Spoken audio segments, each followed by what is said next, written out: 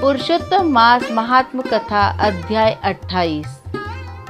श्री नारायण बोले, चित्रगुप्त धर्मराज के वचन को सुनकर अपने योद्धाओं से बोले, यह करदय प्रथम बहुत समय तक अत्यंत लोभ से ग्रस्त हुआ, बाद में चोरी करना शुरू किया। इसलिए यह प्रथम प्रेत शरीर को प्राप्त कर बाद में वानर शरीर में जाए, तब हम इसको बहुत सी नरक यातना देंगे। हे भट्ट लोग, धर्मराज के ग्रह में यही क्रम श्रेष्ठ है। इस प्रकार चित्रगुप्त से आज्ञा प्राप्त होने पर भयंकर भट्ट लोगों ने चित्रगुप्त की आज्ञा अनुसार शीघ्र वैसा ही किया और उस ब्राह्मण को पीटते हुए प्रथम प्रेत शरीर में करके फल रहित वन में रखा। वह ब्राह्मण प्रेत योनि को प्राप्त कर निर्जन गहन वन में क्षुधा तृष्णा से अत्यंत व्याकुल होकर भ्रमण करने लगा। प्रेत योनि में होने वाले दुख को भोग कर बाद में फलों की चोरी करने से होने वाली वानर योनि को गया।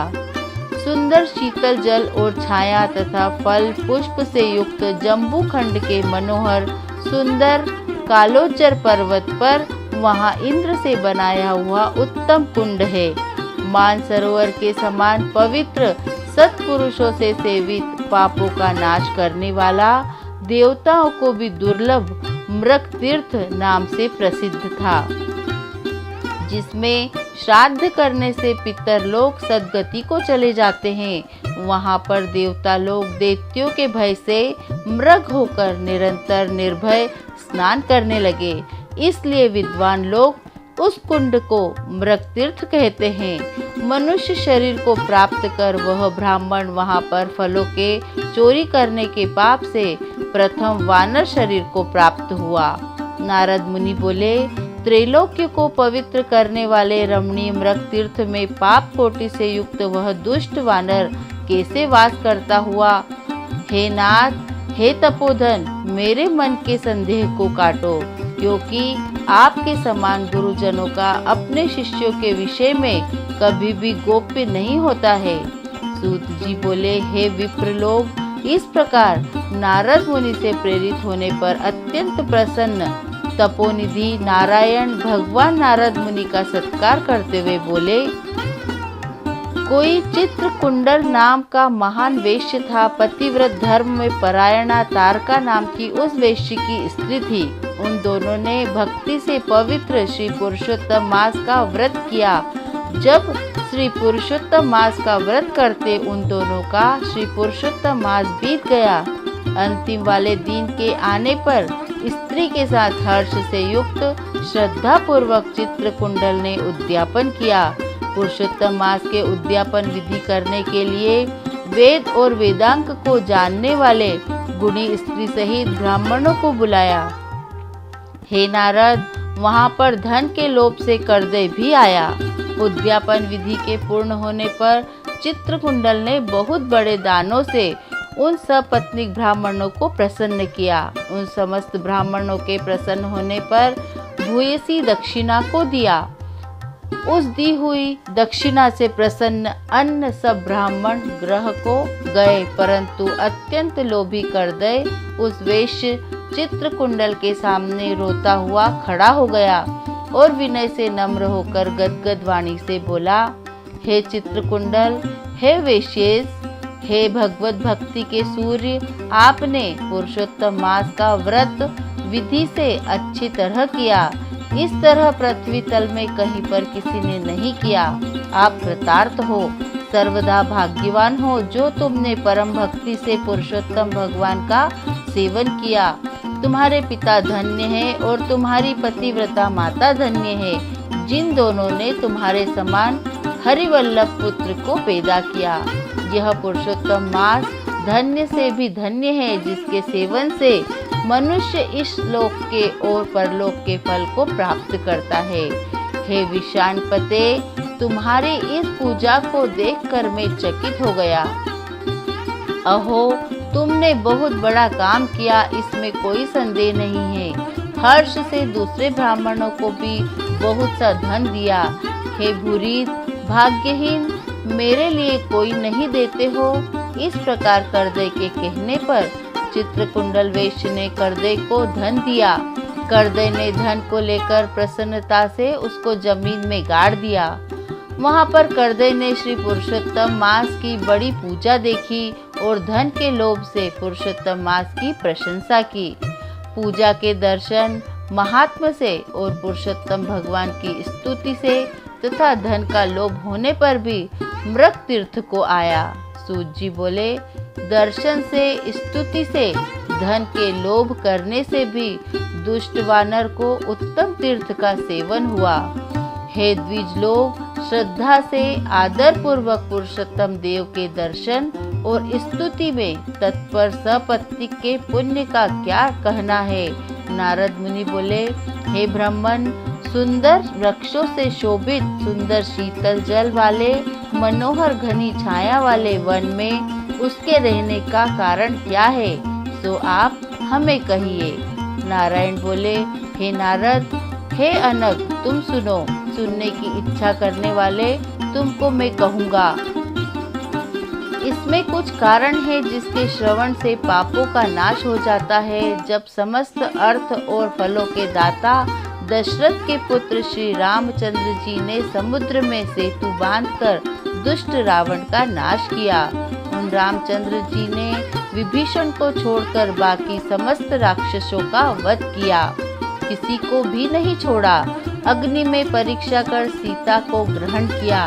ब्रह्मा, शंकर, इंद्र आदि देवता रावण के वध से प्रसन्न होकर बोले कि हे राम, तुम वर को मांगो। ऐसा कहने पर भक्तों को अभय करने वाले श्री रामचंद्र बोले, हे देवता लोग, यदि इस समय वरदान देना है तो सुनो। यहाँ पर राक्षसों से शूर वानर मारे गए हैं, उनको हमारी आज्ञा से अमृत वृष्टि पर शीघ्र जिला दो। तथास्तु, यह कहकर ब्रह्मा, शंकर, इंद्र आदि देवताओं ने अमृत की वृष्टि करके वानरों को जिला दिया। तदंतर वे जयशाली समस्त वानर जीवित हो गए और चिरकाल तक शयन कर उठे हुए के समान देखने में आए।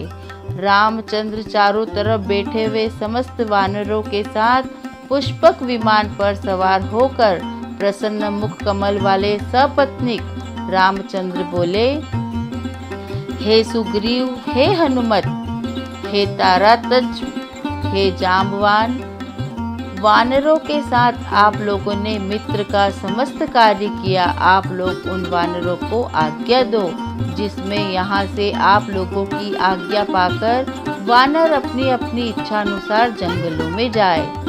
हमारे ये दीर्घजीवी वानर जहाँ जहाँ वास करे वहाँ के वृक्ष पुष्प फलों से युक्त हो जाए, नदी मीठे जल वाली हो, शीतल जल वाले सुंदर तालाब हो, इनको कोई भी मना नहीं करे।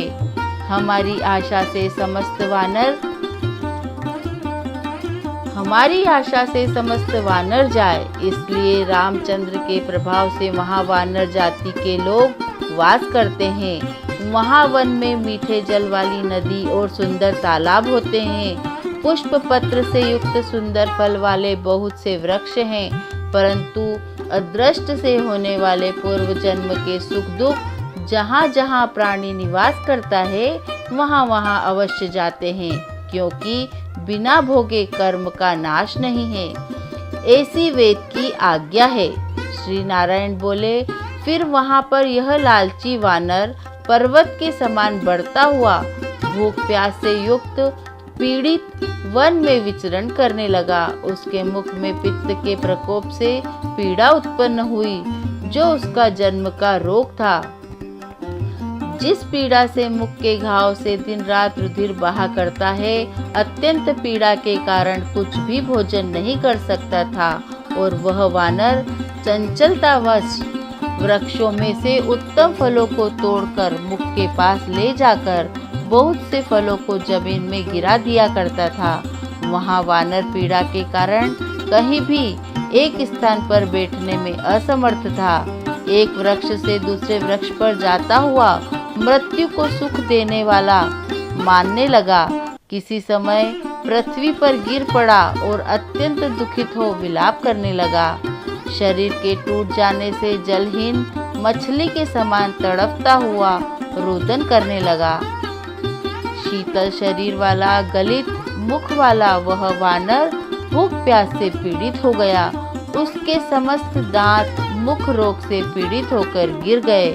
पूर्व जन्म के कृत पाप से इस तरह दुख को प्राप्त हुआ। इस प्रकार नित्य प्रति निराहार रहते हुए वानर को देवयोग से श्री पुरुषोत्तम मास आया।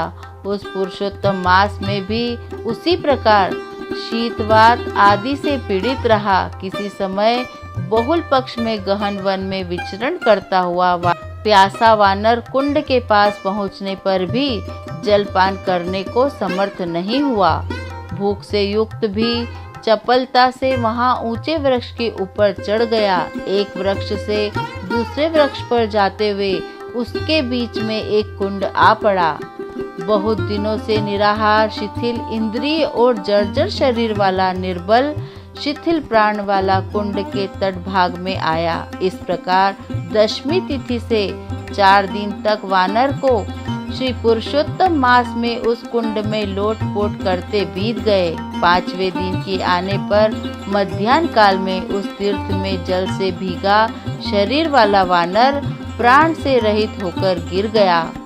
वह उस देह को त्याग कर पापों से रहित होकर तत्काल दिव्य आभूषणों से भूषित दिव्य देह को प्राप्त किया, जो कि नीलकमल के दल के समान श्याम वर्ण करोड़ों कामदेव के समान सुंदर चमकते हुए रत्नों से जड़ित किरीटधारी सुंदर शोभामान मत्स्य कुंडल वाला शोभमान पवित्र पित्त वस्त्र धारी कमर में रत्नों से जड़ित मेखला वाला शोभमान बाजूबंद कंकण अंगूठी हार से शोभित नील वर्ण के टेढ़े चिकने बालों से आवृत सुंदर मुख था।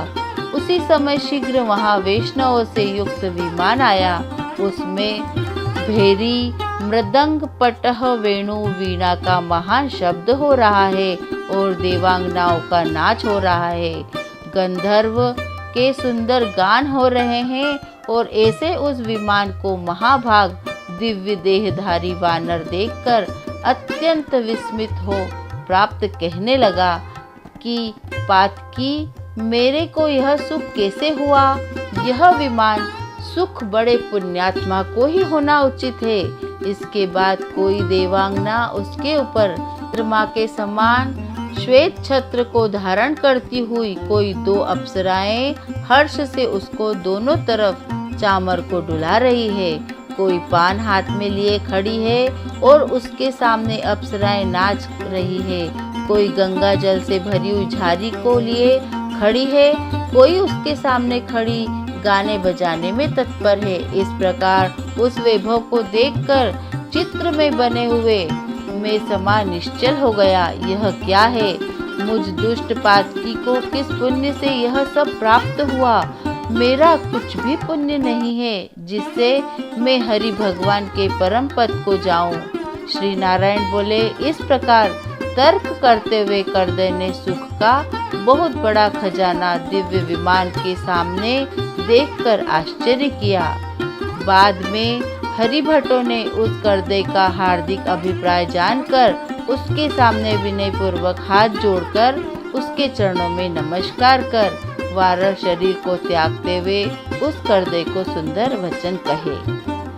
बोलिए विष्णु भगवान की जय। इति श्री बृहन्नारदी पुराणे श्री पुरुषोत्तम मास महात्म्ये 8वां अध्यायः।